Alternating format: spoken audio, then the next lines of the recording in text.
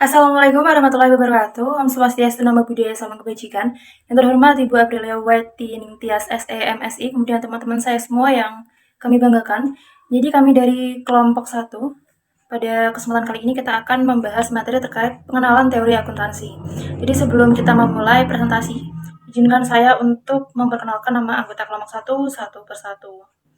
Yang pertama ada Sila Anggi Amalia, NIM 2020 121 44. Selanjutnya ada Ikmalun Niam, NIM 2020 121 62. Kemudian ada Ulfa Fitriani, NIM 2021 120 40. Selanjutnya ada Deva Mary Kristiana, NIM 2021 120 41. Kemudian ada Anissa Adriani, NIM 2021 120 42. Yang terakhir ada Ana Malikatun Nikmah, NIM 2021 120 43. Akuntansi terdapat karakteristik kualitatif dari informasi yang disajikan dalam laporan keuangan, yaitu objektif. Namun demikian, tidak ada ukuran yang pasti terhadap kualitas tersebut, karena memang akuntansi bukan bersifat matematis yang memiliki objektivitas mutlak. Jadi berikut ini beberapa perbedaan interpretasi antara teori dan praktek akuntansi. Yang pertama, akuntansi sebagai catatan historis. Jadi teori ini menganggap akuntansi sebagai kegiatan pencatatan transaksi suatu perusahaan. Hal ini didasarkan pada anggapan konservatisme objektivitas, konsistensi dan observasi tindakan akuntansi di masa lampau. Teori ini didasarkan juga pada standarisasi akuntansi yang dihasilkan oleh badan yang berwenang. Yang kedua, ada akuntansi sebagai bahasa. Meskipun akuntansi tidak diajarkan dalam kelas bahasa, secara teoritis akuntansi sering dianggap sebagai bahasa karena manajemen harus mengkomunikasikan informasi yang diolahnya kepada pihak lain, seperti pemegang saham. Yang ketiga, ada akuntansi sebagai politik antar perusahaan. Teori ini menyatakan bahwa sistem akuntansi merefleksikan dan mendukung nilai-nilai dan kebutuhan kelompok tertentu, dan informasi akuntansi dirancang dan digunakan sebagai sumber untuk membuat kebijakan perusahaan, khususnya dalam proses pengambilan keputusan. Misalnya, perusahaan menggunakan anggaran dan laporan eksternal sebagai dasar kebijakan perusahaan. Kemudian yang keempat, akuntansi sebagai mitologi. Jadi teori ini menganggap sistem akuntansi sebagai sumber-sumber yang bersifat sosial untuk mempertahankan mitos rasionalisasi. Dengan demikian, akuntansi akan digunakan sebagai alat untuk kepentingan justifikasi, rasionalisasi, dan legitimasi keputusan yang akhirnya melayani kepentingan individu lainnya. Berikutnya yang kelima, akuntansi sebagai informasi, komunikasi, dan keputusan. Jadi teori ini memandang akuntansi sebagai sesuatu yang berorientasi tindakan, seperti mengkomunikasikan pengaruh inflasi terhadap kebutuhan para pemakai, dan pengaruh inflasi terhadap perilaku manajer dan investor dalam mengambil keputusan ekonomi. Selanjutnya yang keenam, akuntansi sebagai barang ekonomi. Teori ini menganggap akuntansi sebagai perangkat informasi yang memiliki unsur biaya dan manfaat. Dikeluarkannya standar akuntansi akan menimbulkan biaya tertentu dalam perusahaan. Regulasi menentukan sikap yang menanggung biaya tersebut dan menikmati manfaatnya. Yang ketujuh, akuntansi sebagai komoditi sosial. Atas dasar teori ini, akuntansi dipandang mempengaruhi kesejahteraan atau kemakmuran kelompok tertentu dalam masyarakat. Angka-angka yang dihasilkan akuntansi akan mempengaruhi investor dalam menginvestasikan dananya dalam masyarakat. Berikutnya yang kedelapan, akuntansi sebagai ideologi dan eksploitasi. Akuntansi merupakan ideologi dari masyarakat kapitalis yang menjembatani pemakaian teknik-teknik tertentu untuk mengeksploitasi kekayaan demi kepentingan kelompok elit, tentunya atas beban kerugian pada masyarakat luas dan karyawan. Yang terakhir, yang ke-9 adalah akuntansi sebagai klub sosial. Jadi teori ini menganggap prinsip-prinsip standar dan masyarakat akuntansi muncul untuk mempromosikan kepentingan kelompok tertentu dan tujuan-tujuan akuntan. Jadi kelompok ini menciptakan budaya profesional dan meningkatkan monopoli terhadap pengetahuan profesional. Apa itu teori? Teori seringkali dinamakan dengan hipotesis atau proposisi. Proposisi adalah kalimat indikatif pernyataan tentang konsep yang memiliki nilai kebenaran jika dikaitkan dengan fenomena.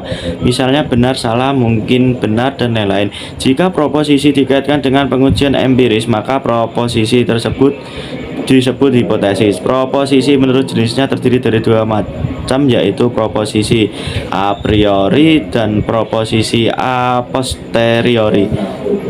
Proposisi a priori adalah pernyataan yang nilainya kebenaran dapat ditentukan dengan penalaran murni atau dengan menganalisis dari kata-kata yang digunakan, misalnya 2 tambah 2 4. Segitiga memiliki 3 sisi. Proposisi ini sering disebut proposisi analitik yang sering digunakan dalam matematika. Yang kedua ada proposisi a posteriori, adalah pernyataan yang nilai kebenarannya hanya dapat ditentukan setelah diketahui adanya realitas di alam nyata. Misalnya lampu lalu lintas menyala merah berhenti. Proposisi ini sering disebut proposisi sintetik atau empirik dan sering digunakan sebagai dasar penyusunan teori di bidang ilmu pengetahuan empirik seperti fisika. Yang kedua, bentuk yang paling sederhana dari teori adalah pernyataan terhadap suatu keyakinan yang dinyatakan dalam bahasa. Yang terakhir ada teori adalah area yang digunakan untuk menangkap apa yang kita namakan dunia untuk merasionaliskan dan menjelaskan. Selanjutnya perumusan teori. Pembentukan suatu teori umumnya berawal dari fenomena yang terjadi di dalam kehidupan manusia. Akuntansi dapat dipandang sebagai sosial science, proses pengukuran dan masalah teknis. Dengan begitu, untuk mereview suatu teori ilmiah, kita perlu menguji asumsi yang dibuat dengan menggunakan metode ilmiah dan sudut pandang yang lain. Masalah utamanya terletak pada metode yang digunakan, apakah metode ilmiah atau metode alamiah. Pendekatan ilmiah lebih bersifat terstruktur dan terencana dalam hal perancangan risetnya, di mana masalah, hipotesis dan teknik penelitiannya dinyatakan secara jelas. Selanjutnya yaitu perumusan teori. Dalam pembentukan suatu teori umumnya berawal dari fenomena yang terjadi di dalam kehidupan manusia. Akuntansi juga dapat dipandang sebagai social science, yaitu proses pengukuran dan masalah teknis. Dengan begitu, untuk mereview suatu teori ilmiah atau scientific theory, kita perlu menguji asumsi yang dibuat dengan menggunakan metode ilmiah dan sudut pandang yang lain. Masalah utamanya itu terletak pada metode yang digunakan, apakah menggunakan metode ilmiah scientific atau metode alamiah naturalistik atau interaktif.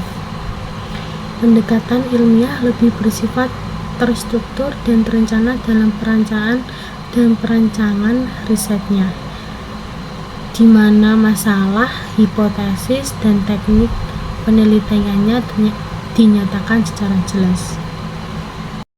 Sebaliknya, metode alamiah menolak menggunakan prosedur yang terstruktur. Dalam teori mungkin akan dihasilkan oleh penelitian yang tidak terkenal maupun yang pasif. Peneliti tersebut mungkin tidak memiliki konsep-konsep sebelumnya terhadap masalah dan bentuk penelitian yang akan dihasilkan. Teori atas dasar pendekatan ini dengan sendirinya ditemukan tanpa melalui penelitian yang ditentukan sebelumnya. Selanjutnya yaitu A. Teori sebagai bahasa. Teori harus diekspresikan dalam bentuk bahasa yang baik, bersifat verbal atau matematis. Teori dapat dinyatakan dalam bentuk kata atau tanda simbol. Studi tentang simbol dalam filsafat pengetahuan dikenal dengan ilmiah semiologi, yang mana secara garis besar semiologi terdiri dari 3 bagian yang dapat dikatakan sebagai unsur teori, yaitu yang pertama sintaktik, yang kedua semantik, dan ketiga yaitu pragmatis.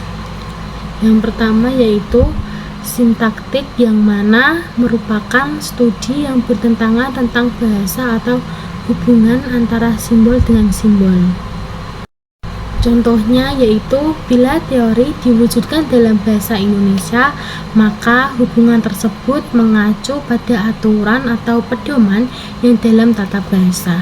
Apabila diwujudkan dalam bentuk matematika, hubungan tersebut mengacu pada aturan yang digunakan dalam matematika. Untuk unsur sintaktik dapat dianalisis dengan menggunakan metodologi analitik yang didasarkan pada silogisme, yang mana memiliki seperangkat pernyataan dan konklus atau bisa disebut dengan hipotesis. Yang kedua yaitu semantik. Untuk semantik ini mempunyai makna atau hubungan antara kata tanda simbol dengan objek yang ada di dunia nyata. Misalnya, persamaan akuntansi aktiva hutang ditambah dengan modal pada awalnya abstrak. Namun demikian, apabila kita mengaitkannya dengan objek dunia nyata, persamaan tersebut menjadi realistik.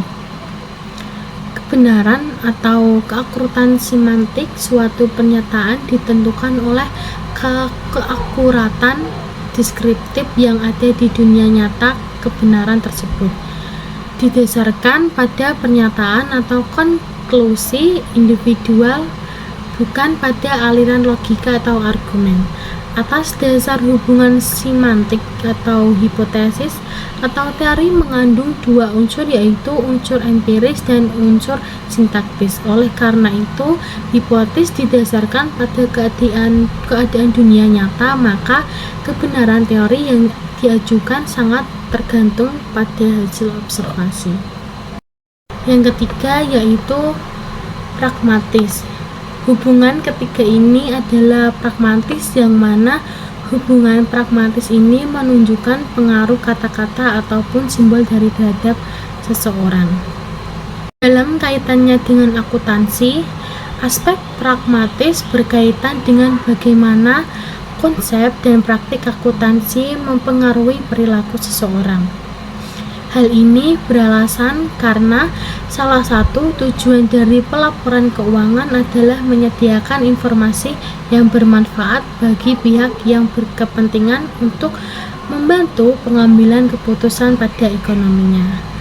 Maka dalam hubungan ini, dengan pendekatan yang populer digunakan untuk merumuskan teori adalah model keputusan, yaitu discussion model. Pendekatan pragmatis yang lain adalah dengan cara mengamati reaksi seseorang terhadap pesan yang sama dengan menggunakan cara yang berbeda. Kita bisa ambil contoh seperti investor atau pemakai laporan keuangan lainnya yang mendasarkan tindakan atas informasi yang sama, mungkin membeli atau menjual saham di pasar modal. Lebih lanjut, kita mungkin dapat melihat reaksi teknis yang berbeda dari akuntan terhadap peristiwa yang sama, seperti pemakaian metode akuntansi yang berbeda untuk menggambarkan peristiwa ekonomi yang sama. Materi selanjutnya adalah teori sebagai penalaran atau reasoning. Selain dipandang sebagai bahasa, teori juga dapat dirumuskan berdasarkan model penalaran yang digunakan.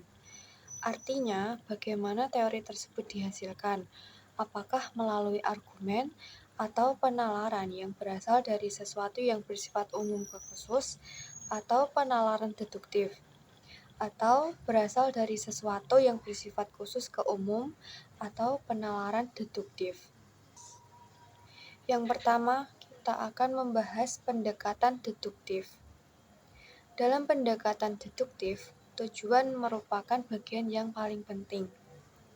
Tujuan yang berbeda akan memerlukan struktur yang berbeda dan dapat menghasilkan prinsip-prinsip yang berbeda. Metode yang digunakan dalam penalaran deduktif adalah metode aksioma atau matematika. Atas dasar metode ini, perumusan teori diawali dari pemakaian asumsi dasar dan aturan-aturan yang akan digunakan untuk menarik kesimpulan yang logis dari masalah yang sedang dianalisis.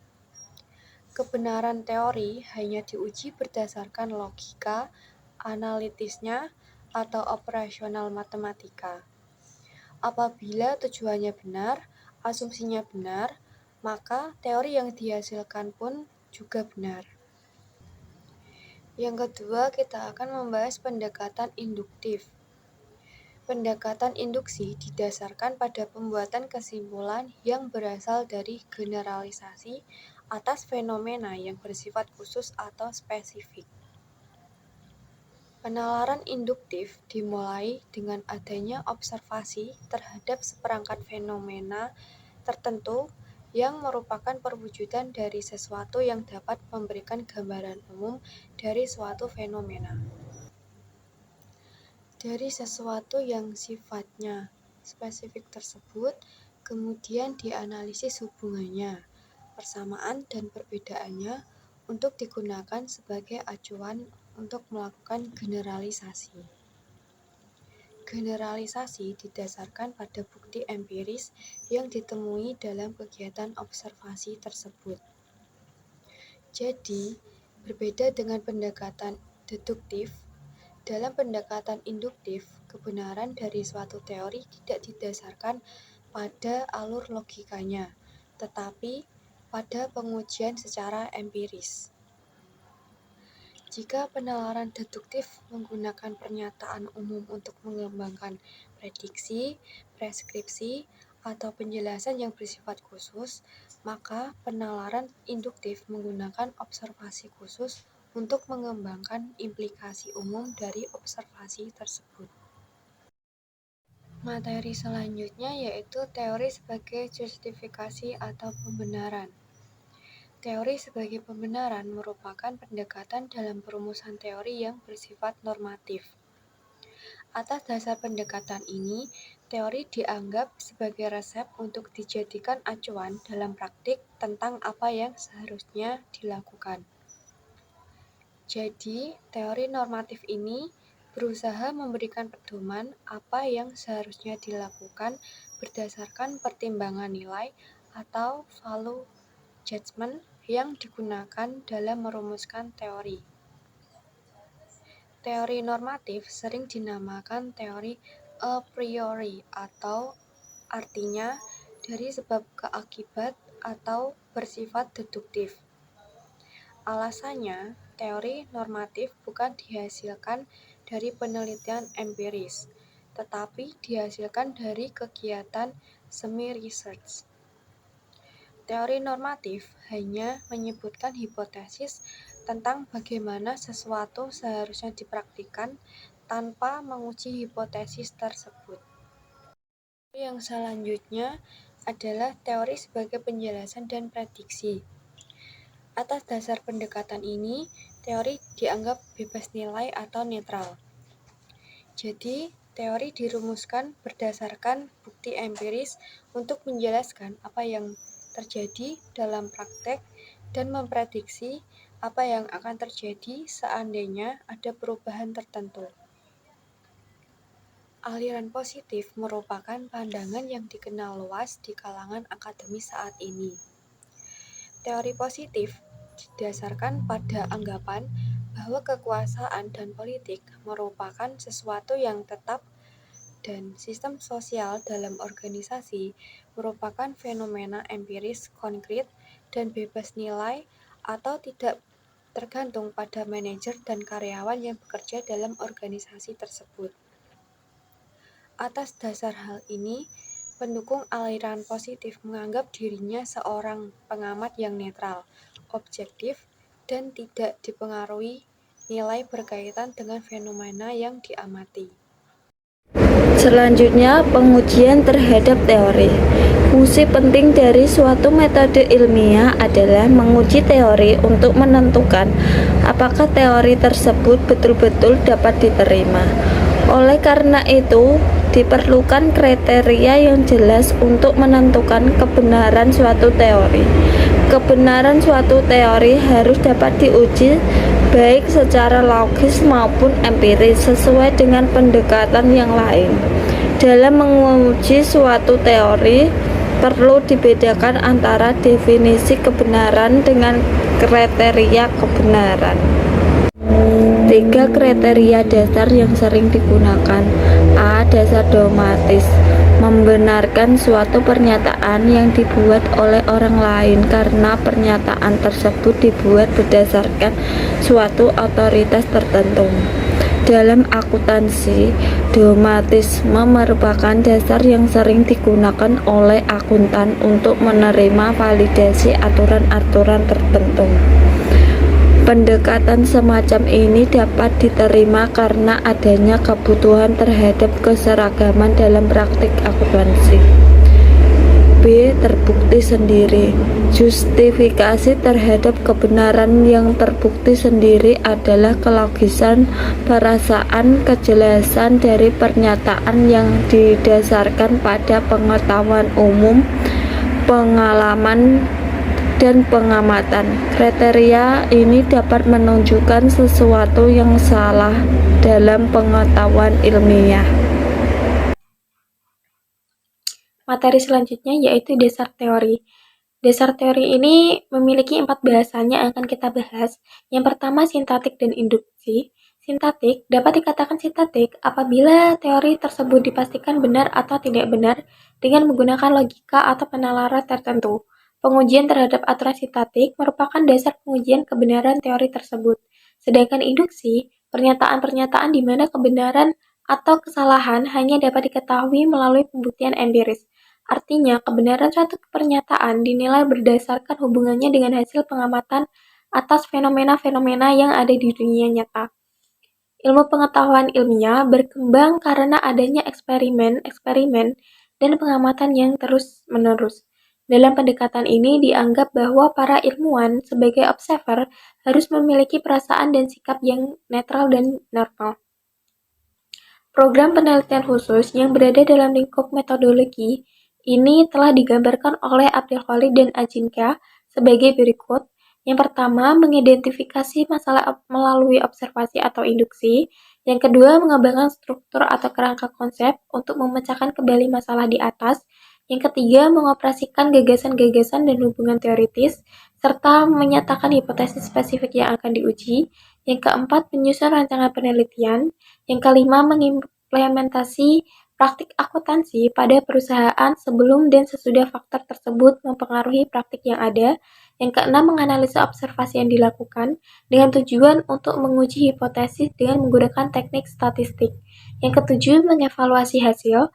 Dan yang kedelapan, mempertimbangkan keterbatasan-keterbatasan. Yang kedua, falsifikasi. Falsifikasi ini dikembangkan oleh Karl Popper. Dikatakan bahwa tujuan penelitian ilmiah adalah untuk membuktikan kesalahan hipotesis, bukannya membuktikan kebenaran hipotesis tersebut. Teori menurut pendekatan ini adalah hipotesis yang belum dibuktikan kesalahannya. Teori bukanlah sesuatu yang benar atau faktual, tetapi sesuatu yang belum terbukti salah. Jika suatu teori diterima kebenarannya, maka teori tersebut harus menyajikan hipotesis yang mungkin dapat dibuktikan salah dengan cara observasi, maka akan dihasilkan teori yang tidak valid. Yang ketiga, paradigma dan revolusi. Pendekatan ini dikembangkan oleh Thomas Kuhn. Dikatakan bahwa kemajuan pengetahuan bukan merupakan hasil evolusi seperti yang ada pada induktivisme dan falsifikasionisme, tetapi kemajuan pengetahuan merupakan hasil revolusi. Kemajuan pengetahuan merupakan kemajuan yang berakhir terbuka. Proses ini dimulai dari pre-science, diikuti normal science, krisis, revolusi, new normal science, krisis baru, dan seterusnya. Dan yang terakhir ada research programs. Menurut Lakatos, teori ilmiah merupakan suatu struktur yang terdiri dari beberapa asumsi dasar yang dinamakan hardcore dan seperangkat hipotesis yang dinamakan protective belt of auxiliary hypothesis. Hardcore dari suatu teori tidak akan diuji oleh peneliti karena hal tersebut tidak dapat dibuktikan kesalahannya. Nah, contoh dari riset program ini dapat dilihat pada ilmu ekonomi makro. Nah, riset program dikatakan progresif jika memiliki positif heuristik yang memberikan kesempatan untuk penelitian dan menghasilkan fenomena baru dari waktu ke waktu. Baik, presentasi dari kelompok 1 telah usai, kurang lebihnya kami mohon maaf. Terima kasih. Wassalamualaikum warahmatullahi wabarakatuh.